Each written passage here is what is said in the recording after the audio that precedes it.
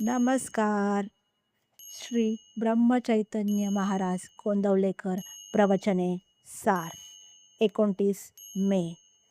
भगवंताची तळमळ लागायला पाहिजे.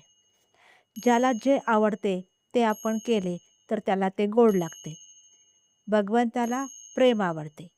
त्याला प्रेम देण्याची तळमळ ठेवावी म्हणजे मार्ग दिसतो. साधू संत मार्ग दाखवायला सतत तयार असतात. मात्र आपण आपली देहबुद्धी बाजूला ठेवून त्यांना शरण जावे. आपल्या सर्व अवगुणांना कारण म्हणजे परमात्म्याचा आपल्याला पडलेला विसर होय. कोणतेही कर्म करताना फळाची अपेक्षा धरली तर ते घातक होते. ज्याने भगवंत जवळ आणला जातो तेच चांगले कृत्य होय. मनात कोणताही हेतू न धरता परमेश्वरावर श्रद्धा ठेवून वागावे.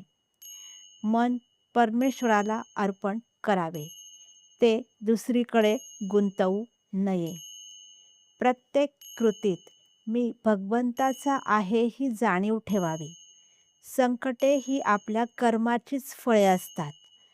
संकटात परमेश्वराच्या अस्तित्वाची जाणीव असेल तर ती समाधान देते. असमाधान हा रोग सर्वांना आहे, तो एकच सर्वांना आहे आणि त्या सर्वांसाठी एकच औषध आहे, ते म्हणजे भगवंताचे स्मरण. ज्याचे समाधान भगवंतावर अवलंबून आहे त्याचे समाधान कोणत्याही परिस्थितीमध्ये टिकेल. त्यामुळे नेहमी भगवंताचे स्मरण करावे, नामस्मरण करावे. धन्यवाद.